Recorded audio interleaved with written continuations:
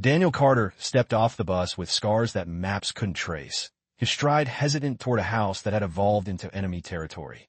Peering through the dusk-lit panes, he glimpsed the wreckage. A toddler's toy soldier toppled on the floor, a wife's silhouette packing boxes in the dim hall, and the enduring siege of memories that refused surrender, turning every step into a charge against the heart. The bus sighed as it came to a stop at the edge of town, a cloud of dust drifting lazily in the heat. The soldier stepped down onto the cracked pavement, his boots making a dull sound that seemed to disappear before it reached the air. The town looked smaller than he remembered, like someone had pressed it between the pages of a book and forgotten it there. Storefronts he once knew wore new names or no names at all. A diner window was papered over.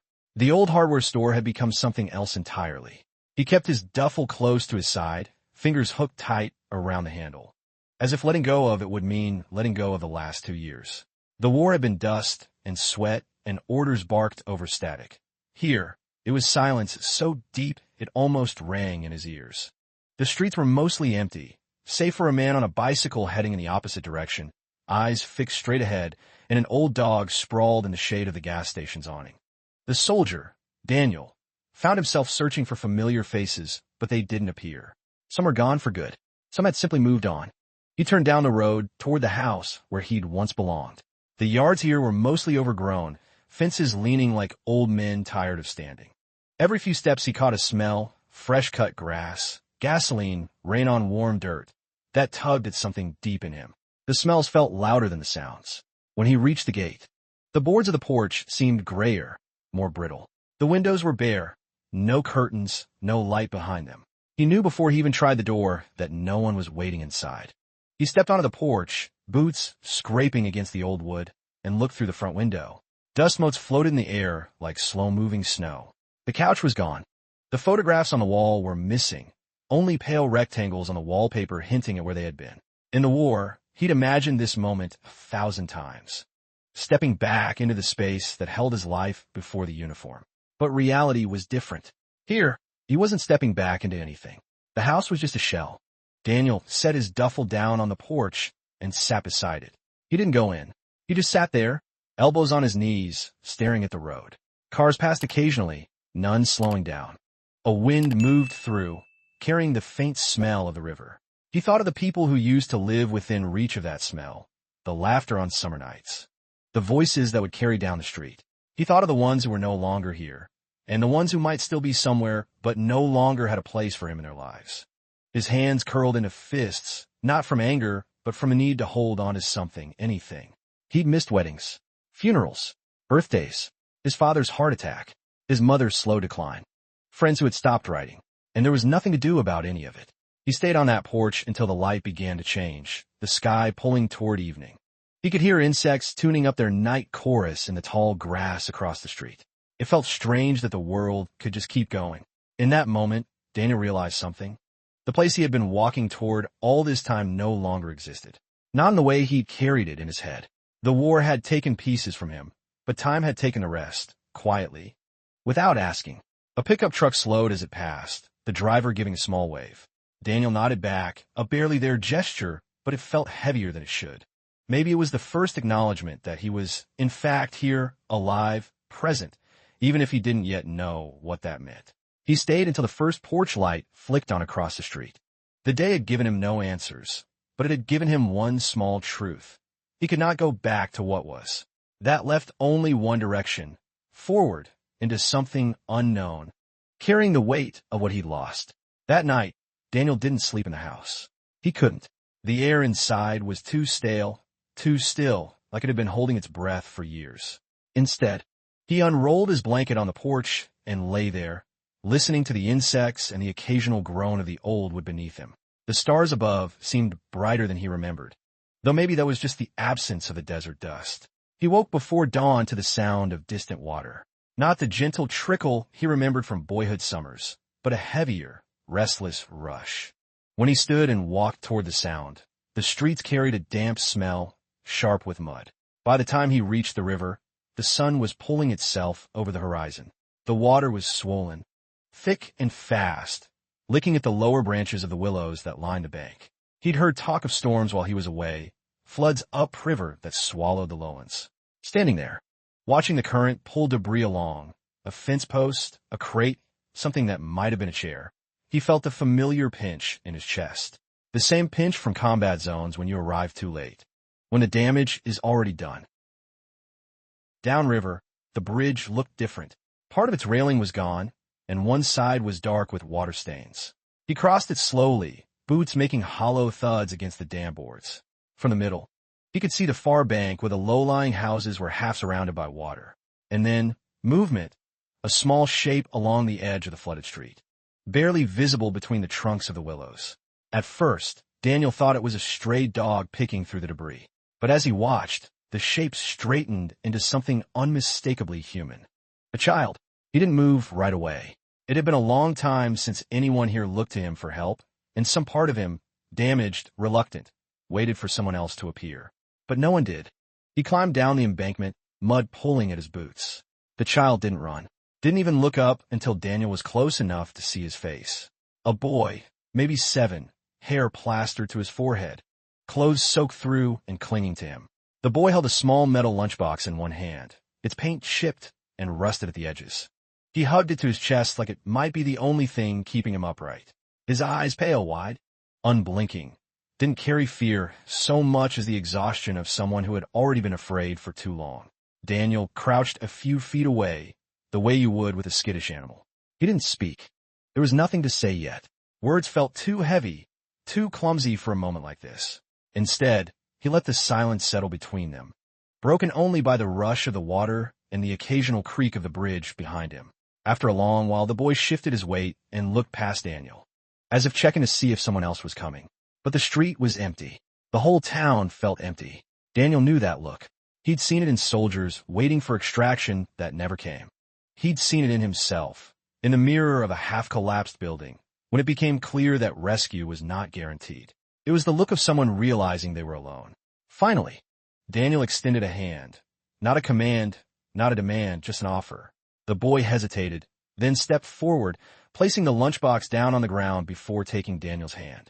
His palm was small and cold, the skin soft except for a few scratches. Daniel didn't ask questions. Not yet. He simply led the boy up the embankment and onto the bridge, away from the sucking mud. They crossed slowly, the boy holding on to Daniel's sleeve like he was afraid the river might rise and take the bridge out from under them. At the far side, Daniel glanced back. The flooded street shimmered in the new sunlight, the water carrying away pieces of lives that wouldn't be replaced. He wondered if the boy's family was among those who had lost everything, or if they had simply decided he wasn't worth keeping. The thought made something deep in Daniel twist. In the war, he'd learned that loss could be random, senseless, but this felt different. This was chosen. The boy bent down and picked up the lunchbox again, clutching it close as if to remind himself it was still there. Daniel nodded toward the higher ground, and together they walked in silence. The air around them thick with the smell of wet earth and the unspoken weight of 2 lives that had been altered without warning. The boy's steps were short, deliberate, as if each one had to be thought through before it could land. Daniel kept his own pace slow, matching the rhythm without thinking. Years of moving in formation had taught him to adapt to another's stride, to become part of their pace. The morning light was sharpening now, cutting through the wet air, glinting off puddles that filled the cracks in the road. Somewhere a door banged against its frame, carried on the breeze, and then swung shut again. No other movement. Main Street had always been quiet in the early hours, but this was different. Shops stood with their blinds drawn. The diner's neon sign was dark. The absence of voices was a kind of presence in itself, thick and oppressive. Daniel glanced down at the boy, who still had the lunchbox pressed tight against his ribs. He wondered what was inside. Food? A toy? Something that had once belonged to someone else? But he didn't ask. There was no point in rushing the answers. They passed the post office, the flag out front hanging limp from its pole, rainwater dripping off the edge of the roof. Daniel thought about the last letter he'd received before coming home, one from a fellow soldier who hadn't made it back. The envelope still sat unopened in his duffel, as if keeping it sealed could hold back the truth. At the corner, a shallow gutter trickled with runoff from the flood. The boy stopped and stared at it, his eyes tracking a small stick as it floated past, spinning slowly in the current. For a moment, Daniel thought the boy might speak, but he only adjusted his grip on the lunchbox and kept walking. They turned down Maple Avenue, where the houses were set farther back from the road. Daniel knew every porch, every patch of peeling paint. His own house was just a few streets over, though he felt no pull toward it. Not yet. Halfway down the block, a woman's voice called from a yard. "That you, Carter?" she asked. Daniel turned to see Mrs. Hensley leaning on her garden fence, her hair wrapped in a faded scarf. She was one of the few people who'd written to him while he was away. But when her eyes fell to the boy at his side, her expression shifted. Curiosity first, then something else. She didn't ask who the boy was, didn't wave them over, just gave a slow nod and disappeared back into her house. Daniel felt the boy's hand tighten on his sleeve. He realized with a dull ache that the child had likely grown used to such reactions, people noticing, then retreating. By the time they reached the edge of town, the road began to rise. The air smelled cleaner here, less tainted by floodwater. A small church stood on the hill, its white paint blistered but holding. Daniel led the boy to the side steps and motioned for him to sit. The boy obeyed without a word, setting the lunchbox on his knees. Daniel lowered himself beside him, the wood of the steps still damp beneath him. For a while they just sat. The wind stirred the leaves in the oaks above them, and the church bell gave a dull, hollow sound as it shifted on its mount. Daniel noticed how the boy's shoulders seemed to curl inward, like he was trying to make himself smaller. "You from around here?" Daniel asked finally. The boy's eyes flickered toward him, but didn't hold. A small shake of the head. Daniel didn't press. Instead, he pointed to the lunchbox. "What's in there?" This time, the boy hesitated before flipping the latch. Inside, neatly wrapped in a faded cloth, was a photograph, creased, the edges soft with handling. A man and woman stood beside a truck, the boy wedged between them.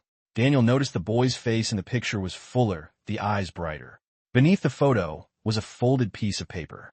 The boy didn't offer it, just closed the lid and hugged the lunchbox tighter. Daniel looked away, giving the child the space to keep whatever needed keeping.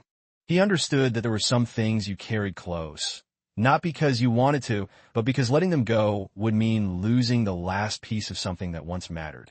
When they rose again, Daniel didn't have a plan. He only knew he couldn't leave the boy where he'd found him. The flood had already taken enough.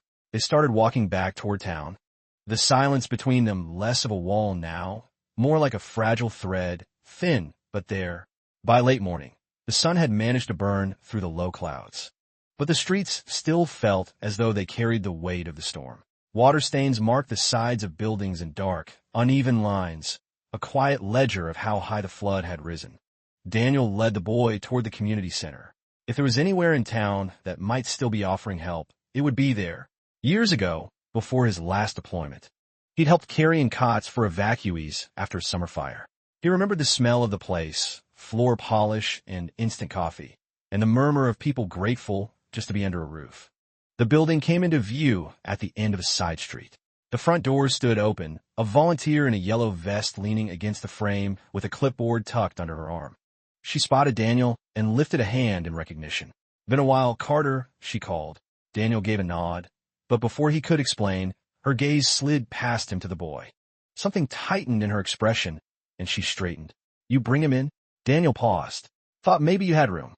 She looked over her shoulder, then back at him, lowering her voice. "We're at capacity. No more beds, no more meals. The county's sending people downriver." The boy kept his eyes fixed on the lunchbox, as though pretending not to hear. Daniel stepped closer. "He's alone." The woman sighed, rubbing at the corner of her eye. "There's nothing I can do." "Orders." She glanced at the boy once more, then turned away to greet someone else approaching from the sidewalk. Daniel stood there a moment, feeling the edges of helplessness press in. It wasn't anger exactly, just the familiar weight of finding another door closed.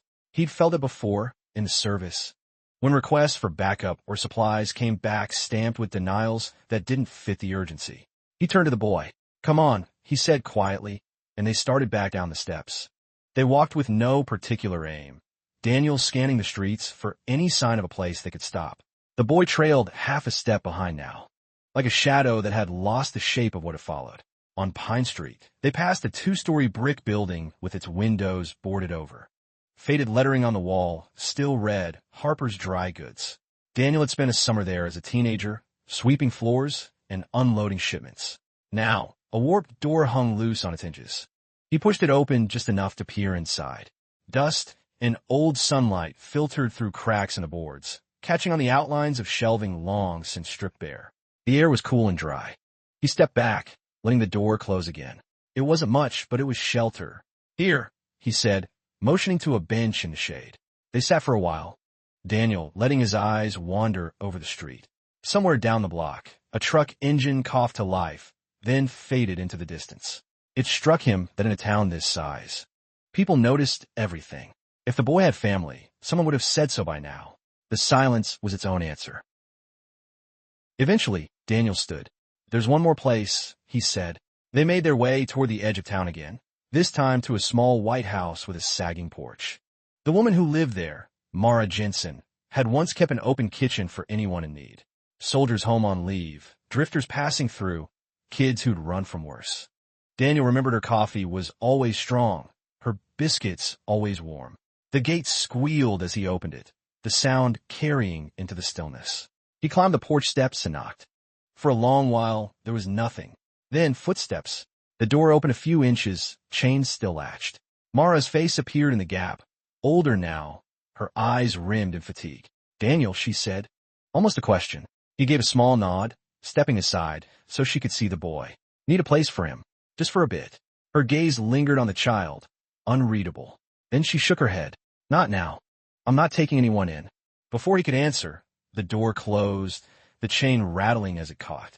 Daniel exhaled slowly, staring at the wood grain in front of him. The boy shifted on his feet, but said nothing. As they walked away, the afternoon light stretched their shadows long across the road. Daniel didn't know where they would end up. He only knew the boy wasn't going back to the place where he'd been found. It wasn't yet meaning, just refusal. But maybe that was the first step. They cut across a back lot behind the old post office, where weeds had grown tall enough to hide broken fence rails and discarded bottles.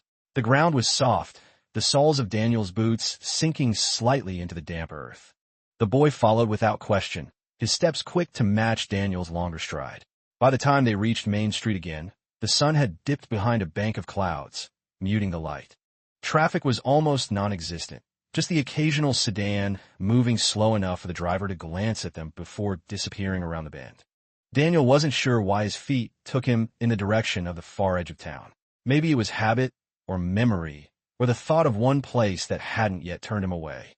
The house sat on a low rise just past the train tracks, with a view that stretched to the river. It belonged to Helen Garrison, widow of a man Daniel had served alongside in his first tour.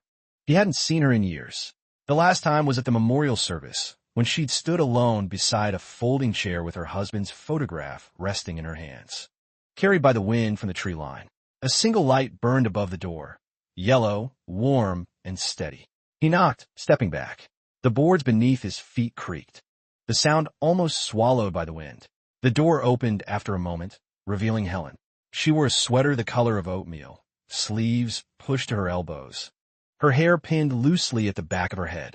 Her eyes moved from Daniel to the boy, then back again, and something in her expression softened without quite becoming a smile. "Daniel," she said, voice low. "Sorry to drop in like this," he answered. He paused, glancing at the boy. "We just need a place for a while." She didn't ask questions. She opened the door wider and stepped aside. Inside, the house smelled faintly of wood smoke and bread. The furniture was plain, the kind of sturdy pieces that didn't call attention to themselves. A braided rug covered most of the living room floor, worn smooth in the center. Helen motioned toward the couch. "Seat. I'll put the kettle on." Daniel eased onto the edge of the cushion, the boy settling beside him, clutching the lunchbox. The sound of water running in the kitchen gave the room a kind of sheltering quiet. He noticed a row of framed photographs on the mantel. Helen's husband in uniform, a younger Helen holding a newborn, a black and white image of a farmhouse that no longer stood. When Helen returned, she carried 2 mugs of tea and a small plate of biscuits. She placed them on the low table, then sat in the chair opposite. Her gaze rested on the boy for a long time, but she didn't press. Daniel let the silence settle, watching steam curl from the surface of his tea. He thought of how many times in the past weeks he'd sat like this, in someone's kitchen, in someone's doorway, trying to bridge the distance between what was needed and what could actually be given. The boy reached for a biscuit, hesitant at first, then took a bite. It was the smallest thing, a bit of flour and butter, but Daniel could feel the tension in the child's shoulders ease by a fraction. Helen leaned back, her hands resting in her lap. "You can stay the night," she said quietly. "We'll figure out more in the morning." Daniel nodded. The relief he felt tempered by the knowledge that morning had a way of undoing promises. Still, it was a start. Later, when the boy had been shown to the small guest room and the house had gone still, Daniel stepped out onto the porch. The air was cool against his face. The distant sound of the river just audible over the wind in the pines. The porch light glowed above him, its circle of yellow spilling onto the boards. In the darkness beyond, the town lay quiet, each house holding its own secrets. He thought about the boy asleep in the next room, how he'd found him the flood, how every door they tried since had either been locked or opened just enough to say no. And yet here, tonight, the door had stayed open. It wasn't rescue. It wasn't a solution. But in a life where loss had become something he measured by the day, it was a reminder. Not everything had vanished. Daniel stayed there until the chill reached his bones, watching the light hold against the dark. The smell of coffee reached him before his eyes opened. Not the sharp, burnt edge of a gas station brew, but something rounder, steadier, like the kind his mother used to make in a steel percolator on winter mornings. Daniel lay still for a moment, listening. The house made small noises. The soft tick of cooling pipes, the hum of a refrigerator, the faint scrape of a chair leg against wood. When he finally rose, the boy was already in the kitchen. He sat at the far end of the table, legs swinging, a mug of warm milk cupped between both hands. His hair stuck up in uneven directions like grass after a storm. The lunchbox rested beside him, lid still closed. Helen moved easily between the stove and the counter, a rhythm that seemed practiced, almost unconscious. She didn't turn when Daniel entered, just poured coffee into a heavy ceramic mug and set it in the empty place across from the boy. Daniel slid into the chair. The wood was cool against his palms. Sunlight angled through the east-facing window, catching on the dust in the air, laying thin gold stripes across the tabletop. They ate without speaking at first, scrambled eggs, a slice of toast, a spoonful of jam that tasted faintly of blueberries. The boy ate slowly, tearing each piece into smaller bits before bringing it to his mouth. Daniel noticed he didn't spill a crumb. Halfway through the meal, Helen's gaze drifted toward the lunchbox. She didn't ask about it, but Daniel felt the weight of the question in the way her eyes lingered. He reached for his coffee, letting the silence settle back in. It was the boy who broke it, voice so soft Daniel almost didn't catch the words. "It floats," he said, not looking up. Daniel set his mug down. "What does?" "The box," the boy replied, fingers tracing the edge of the lid. When the water came, it didn't sink. Helen's hands stilled over her plate. She didn't speak, but Daniel caught the flicker in her eyes. He knew better than to press for more. Outside, a truck rumbled past on the road, its tires hissing on damp pavement. The sound faded quickly, leaving the kitchen quiet again. After breakfast, Daniel stepped out to the porch. The sky was pale, the kind of gray that promised either rain or nothing at all. From here, he could see the line of the river, slow and broad, its surface dull under the morning light. He thought about the flood, how fast the water had moved in some places, how it had seemed to creep in others. He wondered how far the boy had come, what he'd lost before Daniel found him on that roof. When he turned back, the boy stood in the doorway, lunchbox in hand. He looked smaller than he had last night, the morning making his frame seem almost fragile. Daniel motioned for him to join him on the porch steps. They sat side by side, not touching, not speaking. The boards were cold through Daniel's jeans. After a long while, the boy set the lunchbox on his lap and unlatched it. Inside, wrapped in a strip of cloth, was a small wooden figure, hand-carved, rough but careful, a man in a brimmed hat, holding something Daniel couldn't quite make out. The boy ran his thumb along the edge of the carving. "My dad made it," he murmured. Daniel felt a tightening in his chest. There was no need to ask where his father was. That much was already in the boy's voice, in the way he held the figure like it might dissolve if set down. Helen appeared in the doorway then, a sweater draped over her arm. "Rain's coming," she said simply. Daniel glanced at the boy, then at the darkening horizon. The day ahead felt like a road with too many turns, each one leading somewhere he couldn't see. But for the first time since the flood, since finding the boy on that roof, he felt the faintest outline of something resembling purpose, fragile, uncertain, but there. The boy closed the lunchbox, latching it with care, and hugged it to his chest. Daniel didn't reach out, didn't speak. He just stayed there beside him, letting the quiet hold them both. The rain came in fits, like someone turning a faucet on and off. It left small beads on the porch railing, gathered in the grooves of the wood until they slid down in thin lines. Daniel sat in the armchair by the window, the boy stretched out on the couch with a book he didn't seem to be reading. The house was wrapped in a kind of muted light that made the walls feel closer, the air thicker. Helen was in the kitchen, rinsing jars for canning. She worked without hurry. The soft clink of glass on enamel sink a steady undercurrent to the room's stillness. Daniel had been thinking about calling someone. He wasn't sure who, when the sound came. A knock. Not hurried. Not tentative. 3 even raps on the front door. The boy froze, his small shoulders stiff. The book slid from his lap, landing spine down on the rug. Daniel rose slowly, the old ache in his knee reminding him of the years he couldn't get back. Through the thin curtain, he caught the shape of a man on the porch.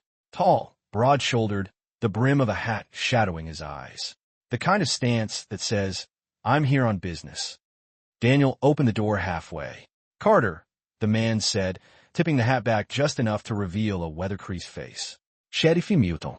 The same one who'd driven Daniel home from the bus stop his first day back, months ago, when the sidewalks had seemed like narrow strips between 2 different worlds. "Sheriff." Daniel kept his voice even. "Mind if I come in?" The words were polite, but there wasn't much question in them. Daniel stepped aside. Milton wiped his boots on the mat before entering, eyes taking in the room like he was cataloging every detail. The boy had pulled his legs up on the couch, lunchbox clutched to his chest. Helen came out of the kitchen, drying her hands on a towel. "There was a call," Milton began, settling into the armchair opposite Daniel's. "About a missing child. Thought I'd see if you knew anything." Daniel didn't answer right away. The boy's gaze flickered between them, quick and nervous. Milton went on, voice measured. "Family up north claims their nephew wandered off during the flood. Last seen near the river. Matches a certain description." His eyes settled on the boy. The rain picked up outside, rattling against the glass. Daniel felt the weight of the moment settle into his bones. "This boy," Milton said, leaning forward, "is he with you?" Daniel glanced at the boy, then at Helen. She didn't speak, but there was something in the way she stood, hands still, eyes fixed on him. That told Daniel the choice was his. "He's safe here," Daniel said finally. "That's not what I asked." The boy's fingers tightened on the lunchbox latch. Daniel could hear the faint metallic click. Milton studied him for a long moment. "I'll need to follow up," he said at last, pushing himself to his feet.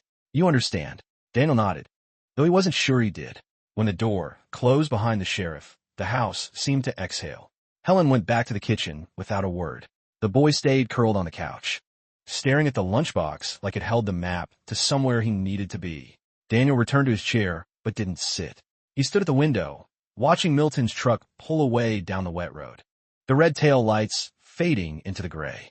The boy's reflection hovered beside his in the glass, smaller, but carrying the same set to the shoulders, a posture that had nothing to do with age and everything to do with carrying something too heavy for too long. Daniel didn't know if the family Milton mentioned existed, or if the boy would even be safe with them. What he did know was that every part of him resisted the idea of letting this child walk back into a world that had left him on a rooftop in the middle of a flood. Outside, the rain eased again, leaving the sound of the river in its place, a low, steady rush. Somewhere beneath that sound, Daniel felt the faint pull of a decision forming, one he wasn't ready to name but couldn't ignore. The boy turned his head toward him then, and for the briefest moment, Daniel thought he saw it, a flicker, small and hesitant, of trust, the kind that, once given, you don't throw away. The house settled into an uneasy rhythm after the sheriff's visit. Afternoon slipped into that in-between light when colors turn muted, edges blur, and the air feels heavy with things left unsaid. The boy had taken to the corner of the living room, sitting cross-legged on the rug with the lunchbox open in front of him. Inside were only a few objects. A plastic toy soldier with the paint rubbed off, a key that didn't seem to belong to any lock in the house, and a folded scrap of paper. Daniel noticed the way the boy's fingers hovered over the paper but didn't unfold it, like it was both a lifeline and a wound.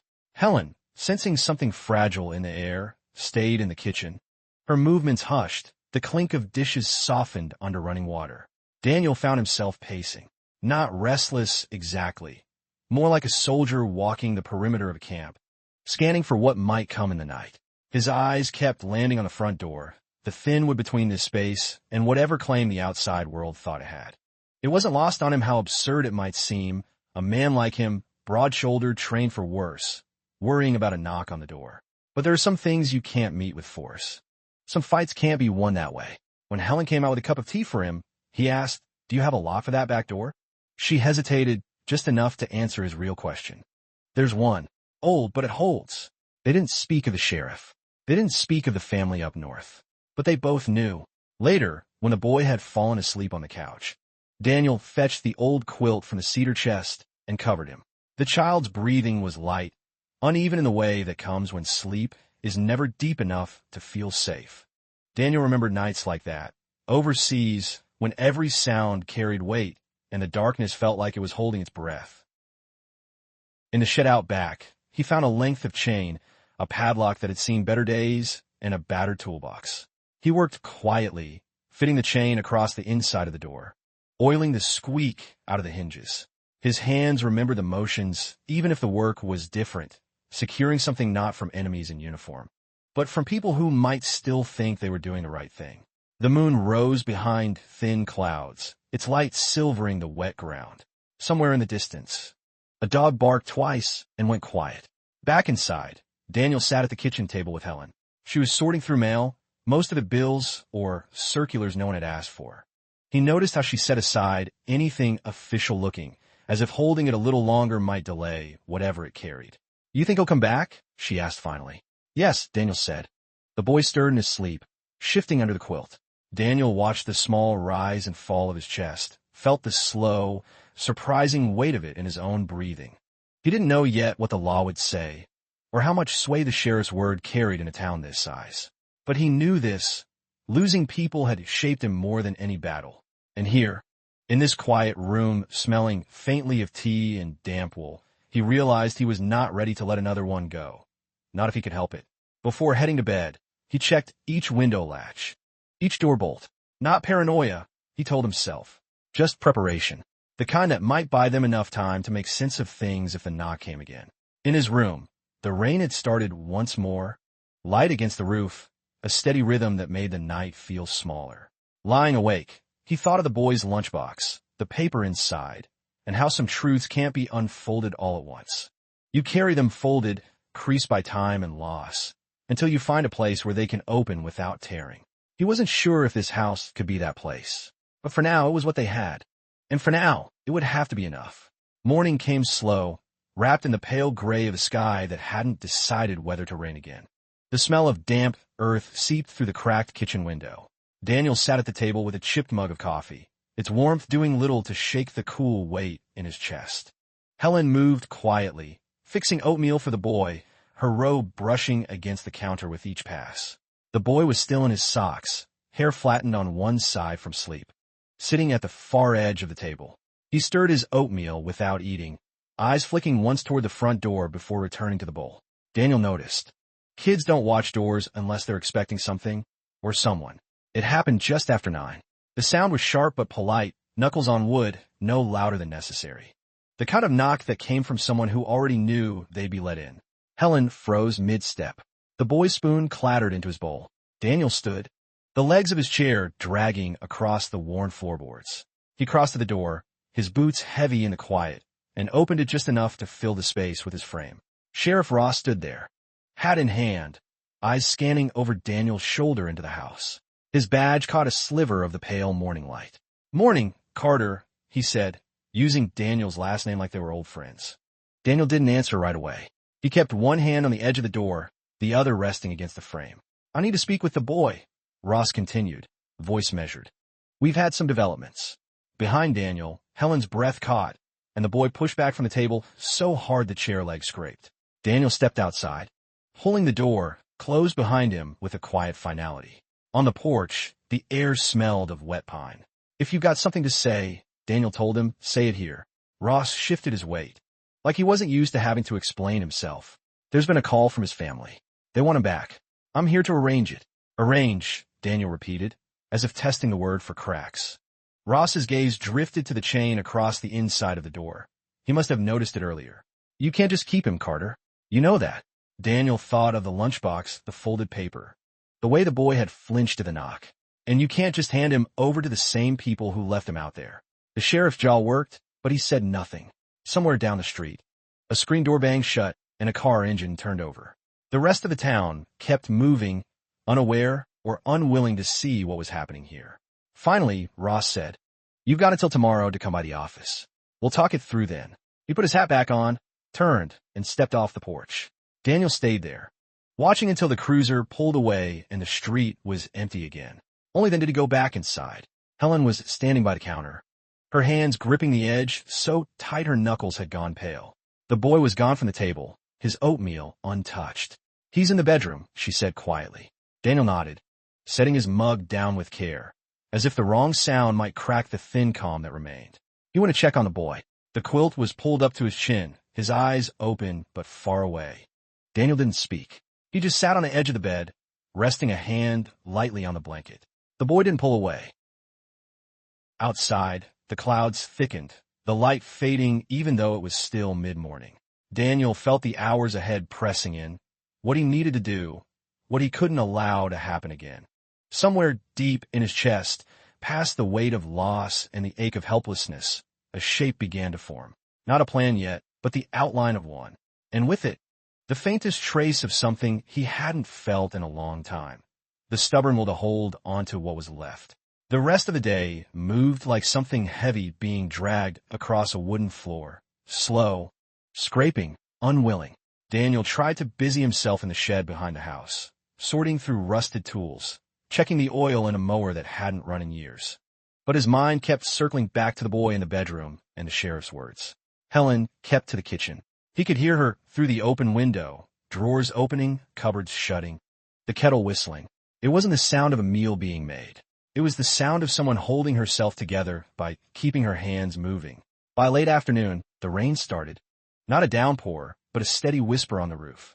Daniel leaned against the doorway of the shed, watching the drops darken the dirt path that led to the porch. He imagined Ross's cruiser turning onto this street tomorrow, the sound of its tires on wet gravel, the way the boy might retreat even deeper into himself. He stepped back inside just as Helen was setting a cup of tea on the table for him. Her eyes were tired, but she said nothing. That was the thing about Helen. She knew when words would only spill into an already full cup. The boy appeared in the doorway then, barefoot, the quilt still wrapped around his shoulders like armor. He didn't look at Daniel, just padded over to the table and climbed onto a chair. Helen slid the sugar bowl toward him without asking. He took one spoonful, stirred it into his tea, and wrapped both hands around the mug. They sat like that for a long while, the three of them, listening to the rain. Later, as the light outside began to thin into that soft, colorless hour before dark, Daniel found himself in the bedroom again. The boy was on the bed, tracing shapes on the fogged-up window with his finger. "You ever been fishing?" Daniel asked quietly. It wasn't really a question about fishing. The boy shook his head. Daniel nodded, as if that was the answer he'd expected. "Maybe when the weather clears." He left it at that. Promises, even small ones, felt dangerous now. That night, sleep didn't come easy. Daniel lay on the couch, staring at the ceiling, counting the slow ticks of the clock on the wall. He thought about the family Ross had mentioned, the ones who had called in. He wondered if they'd said anything about the day of the flood, about the road washed out, about the boy being found alone. At some point, he drifted into a shallow, restless sleep, the kind where every creak of the house pulls you halfway back to waking. When dawn came, the rain had stopped. The air smelled clean, like the world had been rinsed but not dried. Daniel got up, pulled on his boots, and went outside. The yard was littered with wet leaves. He bent to pick one up, its edges torn, its veins darkened with water. It reminded him of something fragile that had survived the storm, not because it was strong, but because it had clung to whatever it could. By the time he came back in, Helen was at the table with a notebook open, a pencil resting between her fingers. "We could talk to Ross," she said, almost to herself. Not to give him up, but to find out exactly what they've got planned. Daniel poured himself coffee. Ross already knows what he wants to happen. He's just giving me a day to make it easy on him. The boy patted in, hair sticking up at odd angles, still rubbing sleep from his eyes. He went straight to the corner where Daniel's old army jacket hung on a hook and touched the fabric lightly, almost absent-mindedly, like it was a talisman. Daniel watched him, and in that small, unthinking gesture, something tightened and steadied inside him. Tomorrow might bring Ross and the so-called family, and all the things Daniel couldn't yet stop. But today was still his. And if there was any way to stretch that into more days, more mornings like this, he'd find it. The clock on the wall ticked, steady and unbothered, as if it didn't care how much could change in the space of a single day. Daniel set his coffee down, crossed to the boy, and said, "Get your shoes on. We're going out." He didn't explain where. Not yet. Some things were better felt in the moment than promised ahead of time. The boy sat on the edge of the bed, small sneakers dangling above the floor as Daniel tied the laces. They were an old pair Helen had dug out of a box in a closet, still a size too big. Daniel double-knotted them anyway. You never knew how far you might have to walk. Helen stood in the kitchen doorway, arms crossed, watching them. "Where exactly are you taking him?" she asked. But her voice carried more curiosity than protest. Daniel didn't look up. "Just out." She didn't press. The air outside had that washed-clean feel after a night of rain, soft, almost sweet, though the clouds hadn't fully broken. Puddles lay in the ruts of the dirt road, like little mirrors, holding a piece of the sky each. Daniel and the boy stepped over them in silence. They passed the post office, the old one-room library, the boarded-up gas station where weeds now grew thick through cracks in the pavement. Daniel noticed the boy glancing around, as if trying to fix the town's layout in his head. Maybe to remember it, or maybe to confirm there was nothing here worth remembering. When they reached the edge of town, the road opened into fields, winter brown and still wet from the storm. A fence ran along the right side, sagging in places. Daniel stopped, resting a hand on one of the posts, and nodded toward the line of trees beyond. "My uncle used to take me that way," he said. Said the creek behind those trees had fish big enough to tell stories about. The boy squinted but said nothing. They walked on, boots sinking slightly into the softened earth. Somewhere in the distance, a woodpecker tapped out a slow, uneven rhythm. Daniel found himself matching his steps to it, the sound oddly steadying. By the time they reached the creek, the boy had picked up a stick and was dragging it along the fence. The sound scraped and rattled, but Daniel didn't mind. It was a sound of presence, something alive to cut through the quiet. The creek was swollen from the rain, moving faster than usual, its surface a restless quilt of ripples. Daniel crouched, picking up a flat stone and sending it skimming across the water. 1, 2, 3 skips before it disappeared. He glanced over. The boy was watching. Without a word, Daniel handed him another stone. The boy tossed it. No skip, just a plunk and a splash that sent a few drops onto his jacket. He frowned, then bent to pick up another. For a while, that was all they did. Throw stones. Watch the water take them. It wasn't about teaching him to skip rocks. It was about standing beside him in a place that didn't ask for explanations. After a time, Daniel sat back on his heels. "When I was your age, I used to think this creek could carry anything away," he said quietly. "Bad days, bad thoughts. You just had to throw them in hard enough." The boy looked at the water, then at Daniel, like he was weighing whether that could possibly be true. On the walk back, they took a different route, one that passed the old grain elevator at the edge of town. The tin siding rattled in the wind, the sound hollow but steady. Daniel remembered standing there as a teenager, hands in his pockets, wondering what it would take to leave this place. Now, he found himself thinking about what it might take to stay. When they reached the house again, Helen was on the porch, her hair pulled back, eyes following them all the way up the steps. The boy went inside without a word, heading straight for the bedroom. Helen lingered. "Whatever you're doing, Daniel." She paused, as if testing the weight of the words before letting them go. "Just be careful you're not making it harder." Daniel didn't answer. He knew she was talking about Ross, about the family, about the inevitability of tomorrow. No matter how many times they were swept away. By mid-morning, the rain had given way to that gray, colorless light that makes everything look like it's holding its breath.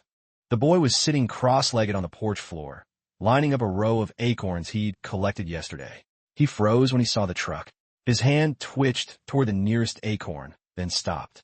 Ross climbed out slowly, wearing the same oil-stained jacket Daniel remembered from the last time he'd seen him. A lifetime ago, it felt. His boots hit the wet ground heavy, like each step needed extra weight to mean something. "Morning," Ross said. His voice was flat, the way a man speaks when he knows the words don't matter as much as the look in his eyes. Daniel didn't answer right away. He could feel Helen's presence in the doorway behind him, the boy's small frame just to his left. All of them caught in the same narrow strip of space between past and present. Ross's gaze flicked to the boy. "We've got things to sort out," he said, almost gently, but with that undercurrent Daniel recognized, the tone of someone used to getting what he came for. Daniel stepped off the porch. The ground sucked at his boots, soft from the rain. "This isn't the time," he said, keeping his voice low. Ross's eyes narrowed, not in anger, but in a kind of weary disbelief. "It's been nothing but not the time since the flood," he said. "He's my responsibility."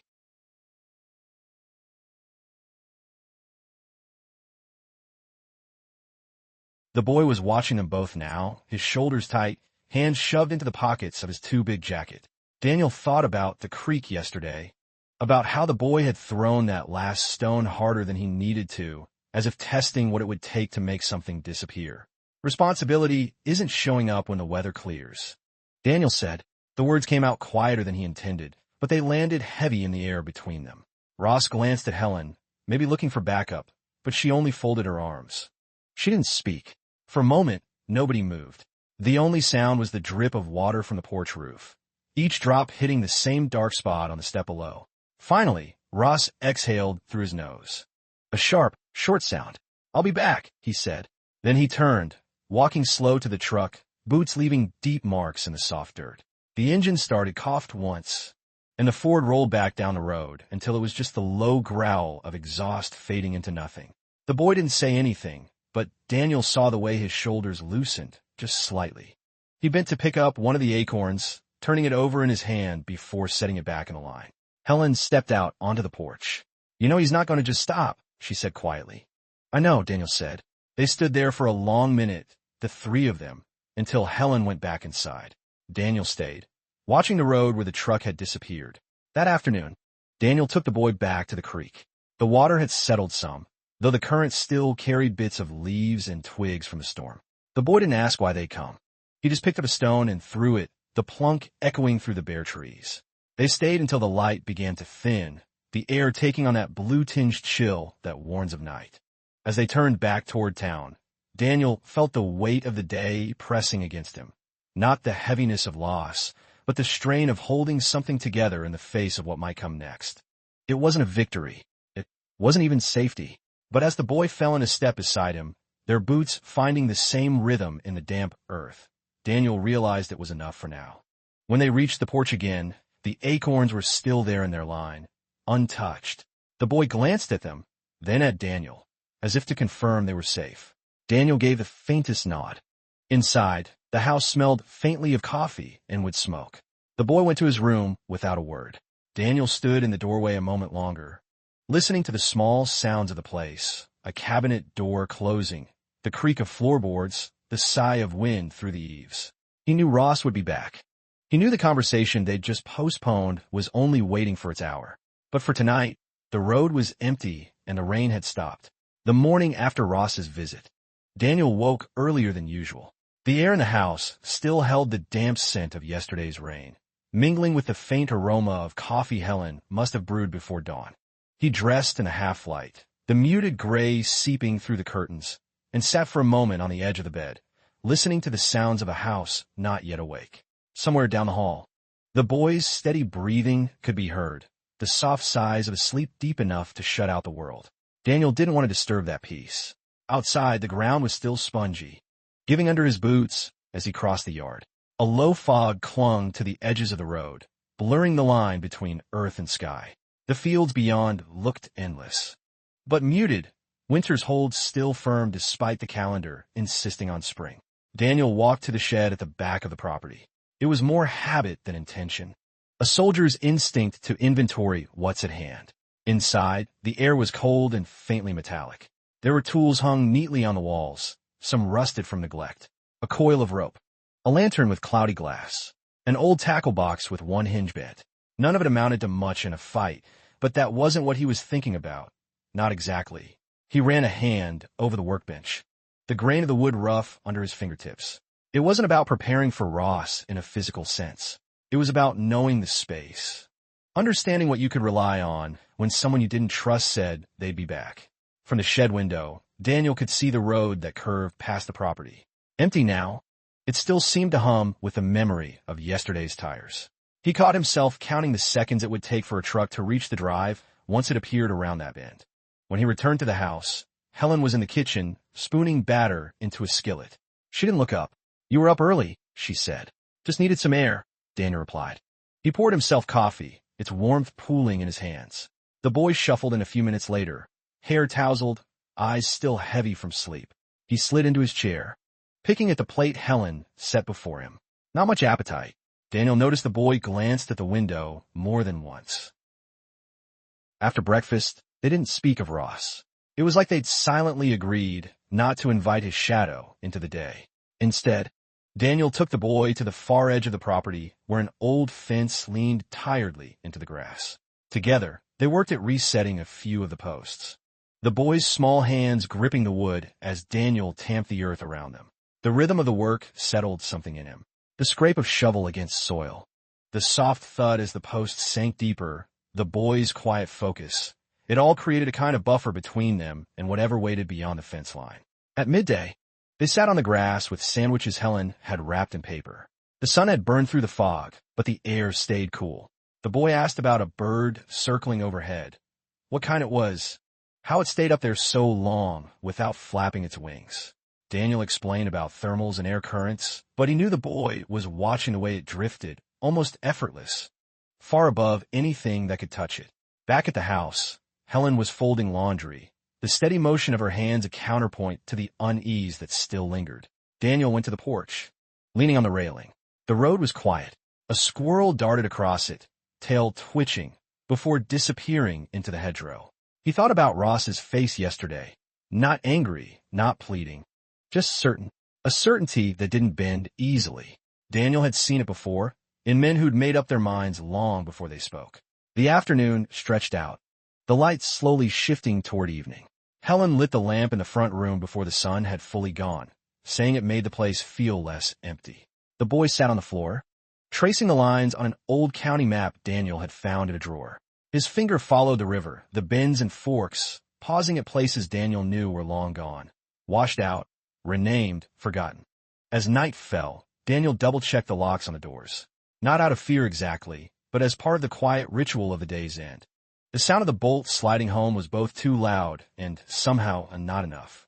Upstairs, in the dark, he lay awake longer than he meant to, listening, not just for a truck on the road, but for the moment before it, a subtle shift in the air, the way a silence can grow heavy just before it's broken. When he finally drifted off, it was to the image of the boy at the fence earlier, bracing the post with all his small weight, looking at Daniel as if to see whether it would hold. It was one of those evenings when the light fades before you realize it's going. Daniel was on the porch, a cup of coffee cooling in his hands, the last of the day's warmth clinging to the boards under his boots. The boy was inside with Helen, their voices drifting faintly through the screen door, her reading something aloud, him asking about a word she'd mispronounced. The road had been empty all day. Even a mail truck never came. Though it was Wednesday, Daniel had begun to think maybe Ross wouldn't show. But thoughts like that didn't stick. They felt too much like wishful thinking. And he learned not to spend what little hope he had on things he couldn't control. From far off, he heard the sound before he saw it.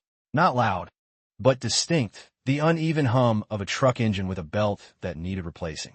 It was a sound you could feel in your ribs before your ears were sure. Daniel set the cup down on the railing. The truck came into view around the bend, headlights not yet needed, but on anyway. It slowed as it neared the drive, gravel crunching under its tires. Ross stepped out before the engine had fully died. He wore the same coat as before, one sleeve darker where rain had soaked it days ago. Daniel stayed where he was. No rush to meet him. Ross came up the steps slow, boots leaving damp prints. He didn't smile, but he didn't scowl either. There was a flatness in his face, like a man who decided the outcome before the game began. "Evening," Ross said, voice low, almost casual. Daniel nodded, not offering the word back. Ross's eyes slid toward the door, with a lamplight spilled in a narrow wedge onto the porch boards. "Boy here." Daniel's jaw tightened. "He's here." They stood in that stretch of space between one breath and the next. Behind the screen door, a floorboard creaked. Daniel didn't turn, but he knew the boy was there, watching from the shadows. Ross shifted his weight. "Don't have to be hard about it. Just want a word." Daniel took a step forward, closing the distance, but not enough to crowd him. If you've got something to say, you can say it to me. The silence that followed wasn't loud, but it was deep, somewhere in the trees. A branch cracked under the weight of something unseen. Ross's eyes flicked toward the sound, then back. I'm not here to make trouble, Ross said finally. He stopped, running a hand over his face like he could wipe off whatever had brought him here. I just want to know he's all right. Daniel didn't answer right away. He could hear Helen's footsteps inside, moving toward the kitchen, the soft clink of dishes as if she were pretending not to listen. He's all right, Daniel said at last. Better than I've seen him in a while. Ross nodded once, slow, as if he'd expected that answer, but needed to hear anyway. His gaze stayed on the door for another moment before dropping to the porch boards. You gonna let me see him? Daniel let the question hang there. The boy shifted behind the screen, the faint sound of his breath quickening. It was in that moment Daniel realized this wasn't just about what Ross wanted. It was about what the boy needed. And maybe the boy didn't have the words yet to say which it was. You came to check on him, Daniel said finally. Now you know. Ross's shoulders lifted, then sank. He looked like a man carrying something heavier than he could name. Guess that's it then. He turned back toward the steps, moving slower now. The truck door creaked when he opened it. He didn't start the engine right away. Just sat there a moment, hands on the wheel, staring down the road. Then, without looking back, he pulled away, the hum of the engine fading into the quiet until there was only the sound of the night again. Daniel stayed on the porch a while after, not moving, the coffee now cold. The boy opened the screen door softly and came to stand beside him. Neither of them spoke. They just watched the empty road together, the smell of wood smoke from some far-off chimney drifting through the air. And in that stillness, Daniel felt the smallest shift inside. Not relief exactly, but the sense that some part of the past had loosened its grip just enough to let the night in without the weight of waiting. The morning after Ross's visit came gray and damp, the kind of light that made colors pull back into themselves. Daniel woke before the others, the old habit still stitched into him from years of being up before the sun. He sat at the kitchen table with a mug of coffee, watching steam curl into the air until it vanished. The house was quiet except for the soft tick of the wall clock and the occasional groan of the wood settling.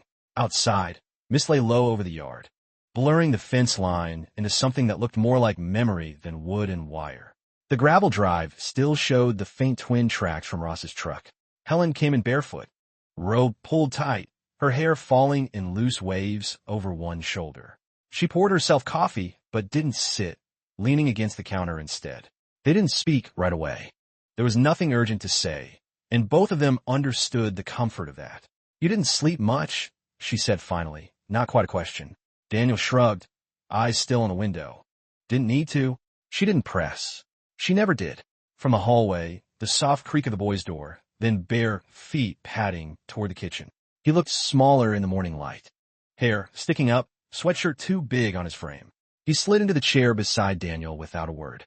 Daniel reached across the table and pushed a sugar jar toward him. The boy spooned some into a glass of milk, stirring slowly, watching the grains dissolve. You okay? Daniel asked, voice low. The boy nodded, though his eyes stayed on the glass. They sat like that for a while, the three of them in a triangle of quiet. Outside, a crow landed on the fence post, its feathers slick with dew. It tilted its head once before flying off toward the line of pines at the edge of the property. After breakfast, Helen took the boy into town for groceries. Daniel stayed behind, mending the loose hinge on the screen door, tightening the bolts on the porch railing. It wasn't work that had to be done right away, but it gave his hands something to do while his mind sifted through the night before. Every so often, he glanced toward the road.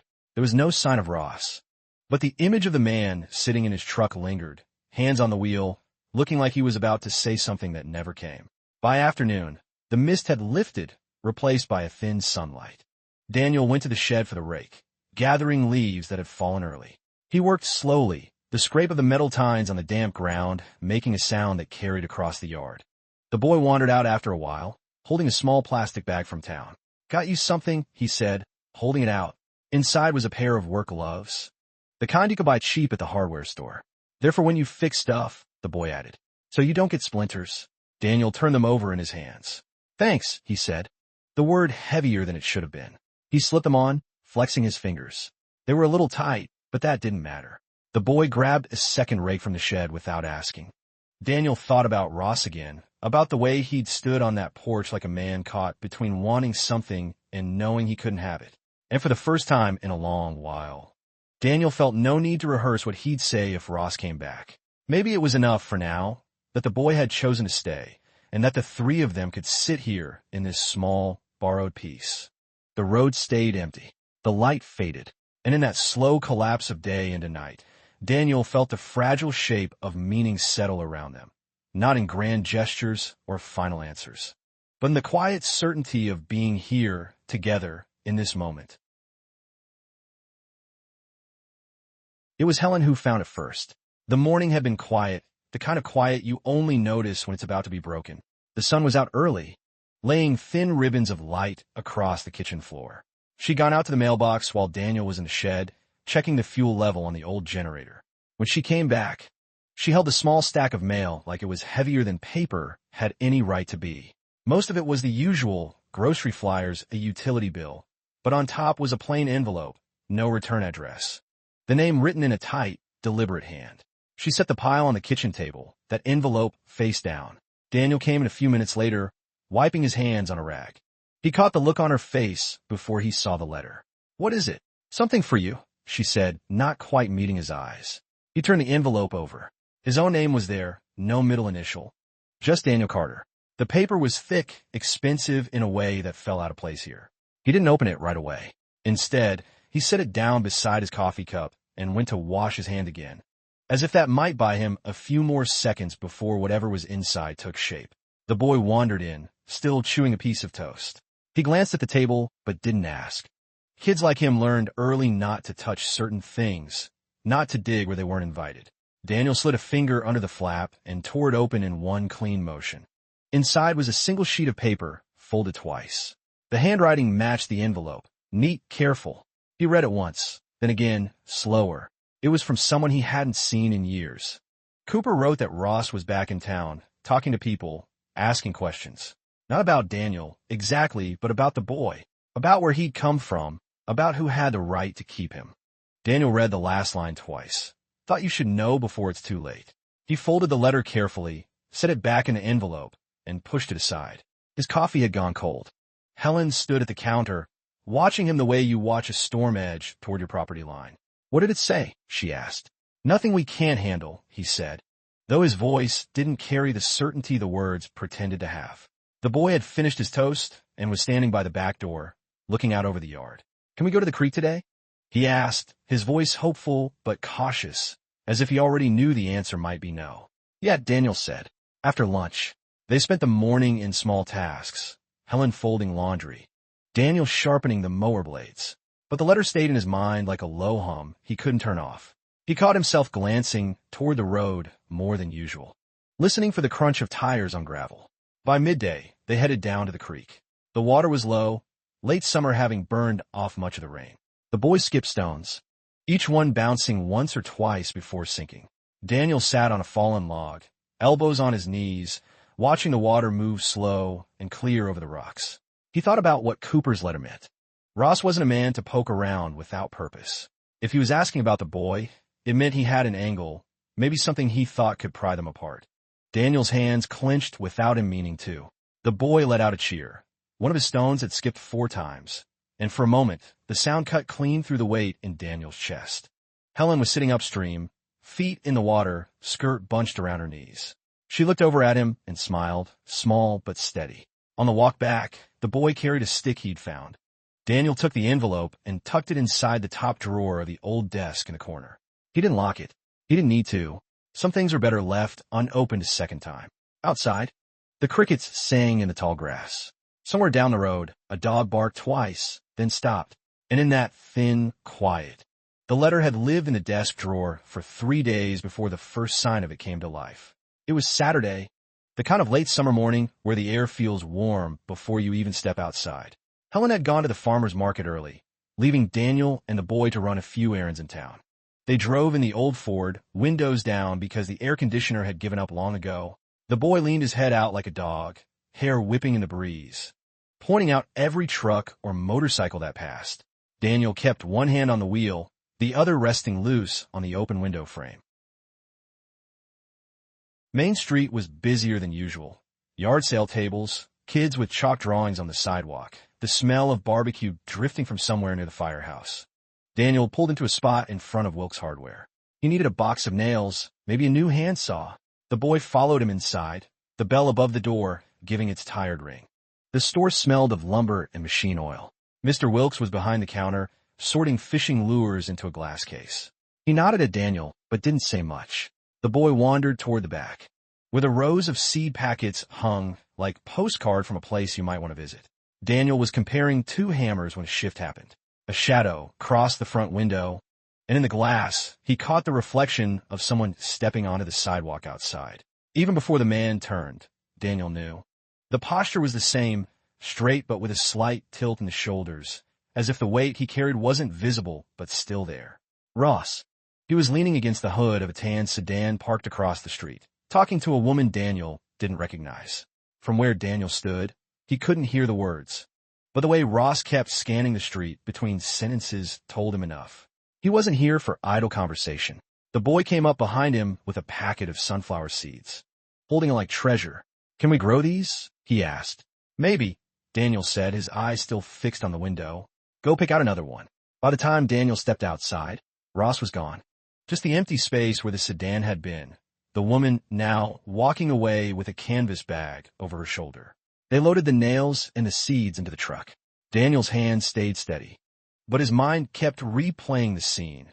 Ross leaning there like he belonged in the picture, like he had a right to be part of their Saturday. On the drive home, the boy dozed off against the passenger door, the seed packet still in his lap. Daniel kept glancing at him, at the way the sunlight turned his hair almost gold. He thought about all the things Ross might be saying to people in town, about the questions Cooper's letter had warned him of. Back at the house, Helen was in the kitchen, washing tomatoes in a metal colander. She glanced at Daniel, reading his face in a way that made words unnecessary. "You saw him," she said quietly. He didn't answer, just set the nails on the counter and took the seed packet from the boy's hand. They spent the rest of the day in the yard. The boy helped Helen hang laundry, running between the flapping sheets like it was a game. Daniel fixed the loose hinge on the back gate, though it wasn't urgent. Every so often, he'd look up toward the road, half expecting to see that the sedan slowed down as it passed. Evening brought a breeze, cooler than it had been in weeks. They ate dinner on the porch, cornbread, sliced tomatoes, a pan of baked beans. The boy talked about where they might plant the sunflowers, his hands sketching invisible maps in the air. Daniel listened, nodding, letting the sound of his voice smooth out the edges of the day. When the dishes were done and the boy was in bed, Daniel stood in the yard, hands in his pockets. The gravel road lay empty under the moonlight, but the stillness felt temporary, like the moment before a branch breaks. He thought about the creek, about how the water kept moving even when the surface looked still. Ross was out there now, somewhere in that quiet movement. And Daniel knew the day would come when their paths would cross without a pane of glass or a street between them. For now, though, he turned back toward the porch, toward the faint light spilling from the kitchen window, and tried to hold on to the sound of the boy laughing earlier, like it was something that could keep the world in place. 2 days passed before Daniel saw Ross again. They'd been fixing the fence along the back pasture, the boy carrying a bucket of nails like it was a lunch pail, stopping every few minutes to ask if this part, right here, would keep the coyotes out. The sun was higher than they planned to work in, the air thick and humming with insects. By mid-afternoon, Daniel's shirt clung to his back, and he sent the boy to the house for lemonade. He stayed by the fence, driving one last nail into a warp board. The sound carried across the open space, echoing faint against the distant tree line. That's when he noticed movement on the far side of the road. A figure walking slow, head angled toward the ground like he was counting his own steps. The tan sedan was parked under the shade of an elm. Dust gathered on the bumper. "Ross." Daniel stayed still, the hammer hanging at his side. The man didn't come directly to him. Instead, Ross drifted toward the ditch as if inspecting something in the weeds, then crossed the road with the kind of deliberate pace that made it clear he knew exactly who was watching. They met at the gate. No handshake, no greeting, just the sound of the wind tugging at the leaves overhead. "You've made yourself comfortable here," Ross said finally, his voice lower than Daniel remembered, as though he was used to speaking in rooms where someone might be listening. Daniel didn't answer. The quiet between them felt like another person standing there, watching. Ross's eyes flicked toward the house. "He's getting big," he said. Boys do, Daniel replied, each word slow, measured. The boy's laughter drifted from a porch. Helen must have told him something, her voice warm, coaxing. Daniel felt the sound travel through him, landing in some place he'd been guarding. Ross heard it too. Daniel could see the change in his face, a quick tightening, like he'd bitten into something bitter. You can't keep him from knowing, Ross said. Not forever. Daniel's jaw tightened, but his grip on the hammer didn't shift. I'm not keeping him from anything. I'm keeping him safe. Ross looked past him again, as if the boards of the fence might carry a different answer. Safe is a word that depends on who's holding it, he said, and then, just like that, he stepped back, turning toward the elm tree and the sedan. Daniel watched him go, the dust rising around his shoes, his shoulders squared, but his steps not hurried. It wasn't the kind of departure that promised absence. Ross will be back. The boy came running down the yard with 2 mason jars of lemonade, holding them out with both hands. One for you. One for. He stopped when he saw the empty gate. Daniel took the jar and nodded toward the porch. Let's drink inside. The flies are bad out here. They sat at the kitchen table, the lemonade sweating onto the wood. Helen didn't ask, though her eyes searched his face in a way that told him she already knew enough. That night, after the boy was asleep, Daniel stood on the porch, looking out toward the dark line of the road. The cicadas were loud, the air still heavy from the day's heat. Somewhere out there, Ross was making his plans, deciding his timing. Daniel thought of the letter again, the way Cooper's handwriting had pressed so hard it left grooves on the back of the page. He's not coming for you. He's coming for the boy. The thought didn't feel like fear anymore. It felt like weight, something he would have to carry, steady and sure, until the day came when it needed to be set down, one way or another. In the yard, the moonlight touched the seedbed where the boy had planted the sunflowers. Tiny green shoots had broken the soil. They were small, fragile, but upright. Daniel crouched beside them, brushing the dirt from his fingers. He stayed there a long time, the house quiet behind him, the road quiet ahead, holding onto the sight of those new stems as if they might grow fast enough to build a wall between all of them and whatever was coming. The next morning came pale and cool, the kind of early light that softens the edges of everything it touches. Daniel was up before the boy, walking the length of the property with the old thermos in hand. The fence line stretched like a stitched scar across the fields, dew clinging to the boards. He checked for gaps out of habit, though most days nothing crossed out here but wind and stray leaves. Halfway down the west field, he stopped. There in the soft earth just beyond the ditch, a boot print. Not fresh enough to hold shape, but new enough to hold his attention. The weight of the step had pressed through last night's drizzle. It wasn't his, and it wasn't the boy's. Daniel crouched, tracing the outline with the tip of his finger. Nothing else. No sign of what direction the person had taken once they stepped into the cover of the woods. Back at the house, Helen was at the sink, rinsing apple for the boys' breakfast. She didn't look up when Daniel came in, though he saw her shoulders tighten, just slightly. Maybe she'd been up earlier than he thought. Maybe she'd seen something, or maybe she just felt it, the way animals sense a storm before it breaks. The boy sat at the table, swinging his legs, talking about how the sunflowers had grown half an inch overnight. He wanted to measure them each morning to keep track. Daniel listened, nodding, making sure the sound of his voice stayed steady, easy. That afternoon, Daniel worked near the barn, repairing a hinge on the side door. From there, he could see the long stretch of road that ran past the property. A dust plume rose in the distance, the slow approach of a vehicle. He kept working, the metal rasp of the hinge covering the hum of the engine until it grew louder, closer. A pickup, not Ross's sedan, rolled past without slowing, the driver giving a casual wave. Daniel lifted his hand in return, but his eyes stayed on the road long after the truck had gone.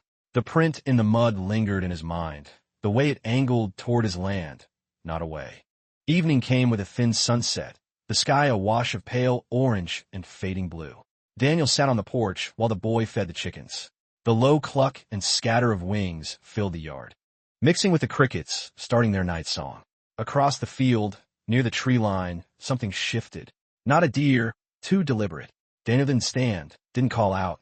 He watched the movement until it stilled, blending into the shadow of the pines. The boy came running up with a feather in his hand, proud of his find. Daniel took it, turning it over in the fading light. Keep it, he said. Might be lucky. After dark, the air cooled fast. Helen closed the curtains before turning in, but Daniel left one window open. He sat at the kitchen table with a single lamp burning, the rest of the house quiet. Outside, the field lay silver in the moonlight, the fence a thin line between here and there. At some point, he thought he saw it again, a flicker near the far post. The faintest suggestion of someone watching. By the time he stepped onto the porch, there was nothing. Only the wind bending the grass, only the sound of his own breathing. Daniel stayed there for a long while, leaning on the railing, letting the night settle around him. Somewhere in the darkness, a boot shifted against the earth, and someone measured the distance between where they stood and the place Daniel had chosen to call safe. Inside, the boys' laughter still lingered faint in the walls from earlier in the day. Daniel let it anchor him. Whatever Ross's game was, whatever edges he was testing, Daniel knew this much. The space between those fence posts and the life inside them wasn't up for negotiation. By the time morning pressed its pale light through the curtains, the sense of unease Daniel had carried from the night before had settled into something sharper. It wasn't fear exactly. It was the kind of awareness that came from years of scanning tree lines and alleyways and places where shadows could turn into danger without warning. Old habits didn't fade, they just waited. He found Helen at the stove, making biscuits. The boy was still asleep, his steady breathing drifting down the hall.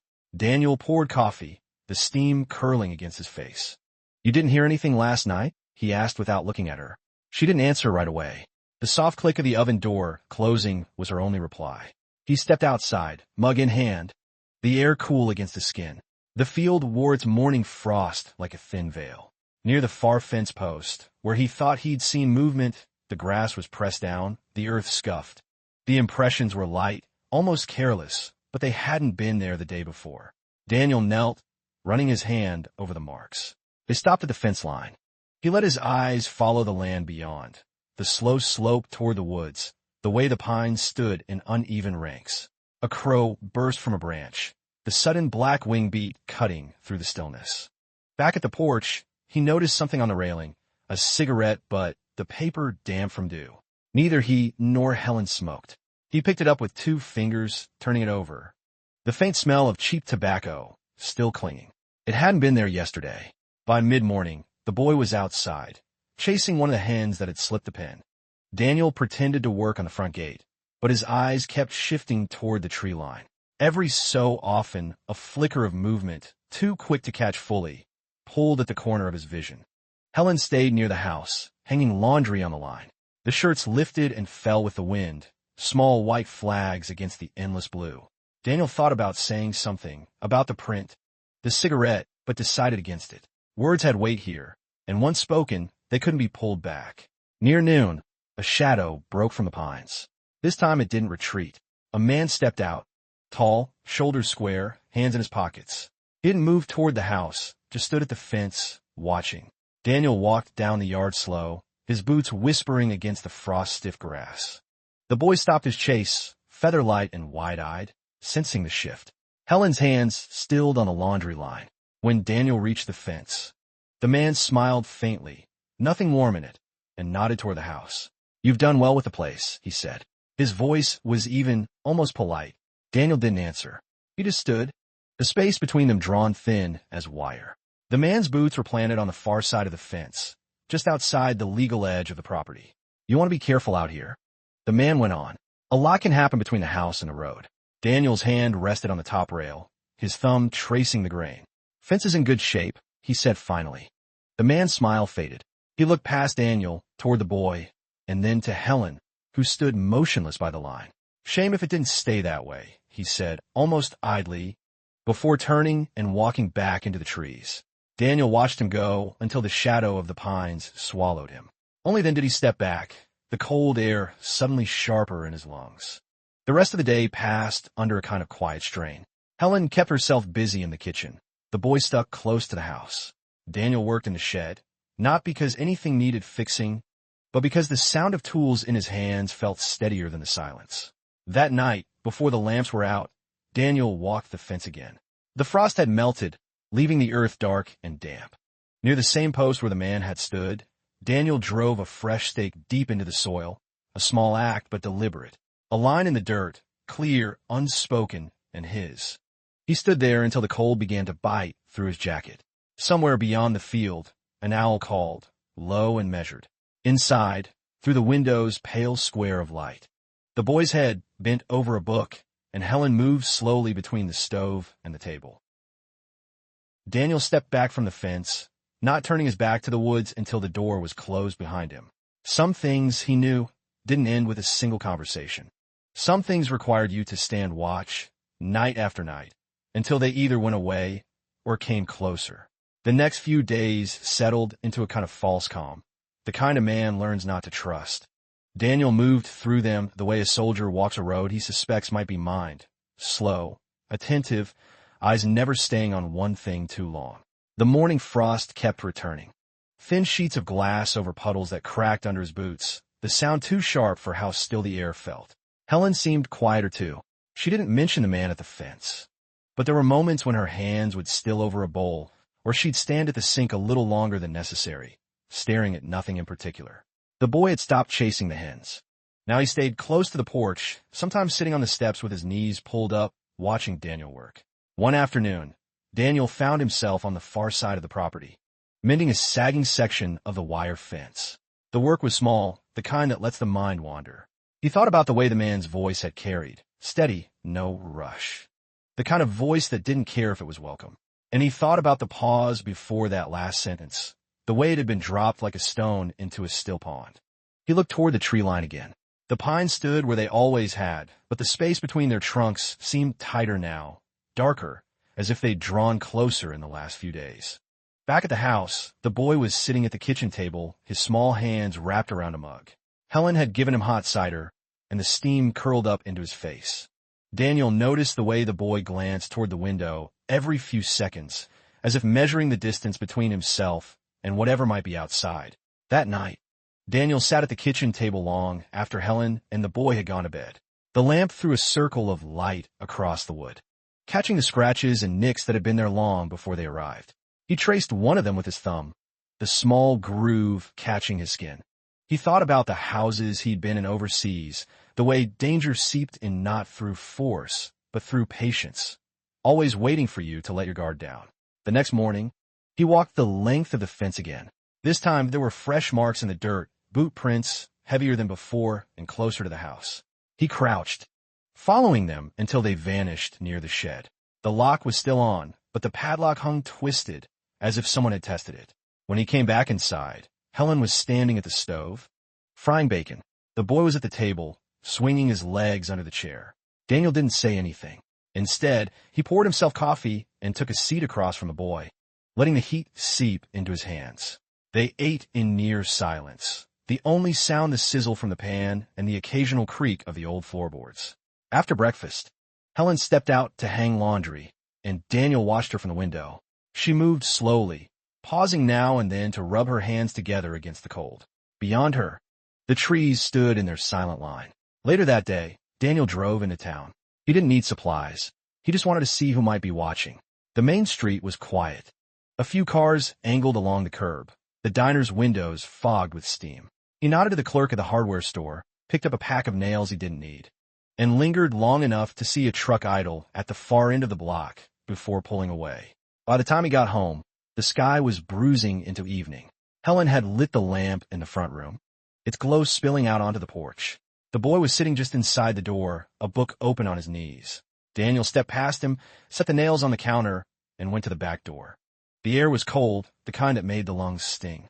Somewhere in the woods, a branch snapped. He couldn't see movement, but he didn't need to. You didn't have to see the hand to know the shadow was there. That night, Daniel placed his old service flashlight by the door, along with the rifle he kept locked away. Not because he expected to use it.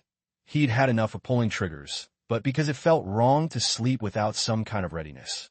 When the house went dark, he sat by the window in the front room, the glow from the dying fire at his back. The night pressed against the glass, thick and unbroken, except for the faint outline of the fence. He thought about the man's face, about the boots at the shed, about the way the boy's shoulders tightened when he heard a sound outside. It wasn't fear that kept Daniel there until nearly dawn.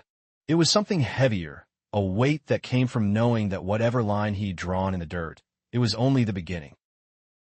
The morning came gray and thin, the kind of light that doesn't so much rise as seep in through the cracks. Daniel sat at the table with a mug of coffee gone cold, the steam long since faded. Helen was moving about the kitchen quietly, her slippers making no sound against the worn linoleum. The boy was still asleep upstairs, the floor above them creaking faintly as he shifted in bed. The night before had been long. Daniel had stayed near the window again, eyes scanning the darkness until they blurred. The woods had been still, but stillness no longer felt like peace. It felt like something holding its breath. After breakfast, he stepped outside into the brittle air. Frost had laid itself over the grass, the porch rail, even the hinges of the gate. He walked the property, checking the fence line, his boots crunching in the silence. No fresh tracks today, just the marks of yesterday's work and the lawn. Pale scars where frost had melted under the sun's first touch. When he reached the shed, he paused. The padlock was still twisted but holding. He ran his thumb over the cold metal before turning away. Inside, Helen was at the sink, washing the 2 mugs they'd used. She didn't look up when he came in, but there was something in the set of her shoulders that told him she knew he'd been out walking. By mid-morning, the boy was up. He padded into the kitchen in socked feet, rubbing his eyes. Helen put a plate of toast in front of him, the butter melting into small golden pools. Daniel sat across from him, the table between them feeling both too wide and not wide enough. They didn't talk much. None of them had these last few days, but there was a rhythm to it now. Quiet could be heavy, but it could also be steady, like the weight of a blanket in winter. Around noon, Daniel decided to take the truck into town for real supplies. Helen handed him a short list: flour, coffee, lamp oil, and tucked a few bills into his hand. The boy watched from the doorway as Daniel pulled on his coat, his small face pale in the shadow of the house. The drive was uneventful, the road unrolling ahead of him in long, empty stretches. In town, the same faces nodded as he passed. The same shop windows reflected the pale sun. He bought what was needed, adding a new padlock to the pile without mentioning it to anyone. When he returned, Helen was on the porch, hanging a rug over the railing to air out. The boy was sitting on the steps, a small wooden plane in his hands. He looked up as Daniel pulled in, his eyes catching the light for a brief second before dropping back to the toy. They spent the afternoon in small tasks. Helen in the kitchen, Daniel stacking firewood, the boy trailing after him with a smaller armload. The work was simple, and in its simplicity, something loosened inside him. There was a kind of meaning in that, a reminder that not everything had to be a fight. As the sun lowered, they all found themselves in the front room. Helen had lit the lamp, and its glow spread across the worn rug, the old couch. The boy's bent head as he worked on a puzzle at the coffee table. Daniel sat in the armchair by the window, the rifle no longer by the door, but in its case upstairs. Outside, the wind moved through the trees, but it was different tonight. Less like a warning, more like a breath being let out. Helen glanced over from her knitting, her eyes meeting his for just a moment. It wasn't a smile, not exactly, but there was something in it, acknowledgement, maybe, or the faintest suggestion of trust. The boy, sensing something, looked up too. His gaze shifted between them, then back to his puzzle. But there was a looseness in his shoulders that hadn't been there before. Daniel leaned back in the chair, letting the lamplight warm his face. The past wasn't gone. He knew it never would be, but it wasn't all there was. The weight was still there, but it sat differently now, shared across the quiet room, spread thin between 3 people who, for reasons none of them could fully explain, had ended up here together. Outside, night fell again. The woods faded into darkness, the fence just a faint outline against the snow-dusted ground. Somewhere far off, a dog barked once, then silence returned. Daniel closed his eyes for a moment, listening to the soft sounds of the house, the clicking of Helen's needles, the faint scrape of puzzle pieces, the wind easing against the walls. He didn't know what tomorrow would bring. Maybe more footprints by the fence. Maybe the same quiet work of another day. But for now, this was enough. And maybe, just maybe, it was the start of something worth staying for. Some endings aren't loud. Sometimes they're just a lamp burning in a small room, a boy bent over a puzzle, a woman knitting in the chair by the fire, and a man sitting quietly, realizing he is not as alone as he once believed. The war hadn't taken everything. It had left enough to stack firewood for, to drive into town for, to sit in silence beside. Enough to wake for in the morning. Maybe that's what survival really is. Not the battles we win, but the moments we choose to stay. If you were him, if the weight of what's gone pressed against the hope of what might still come, would you stay?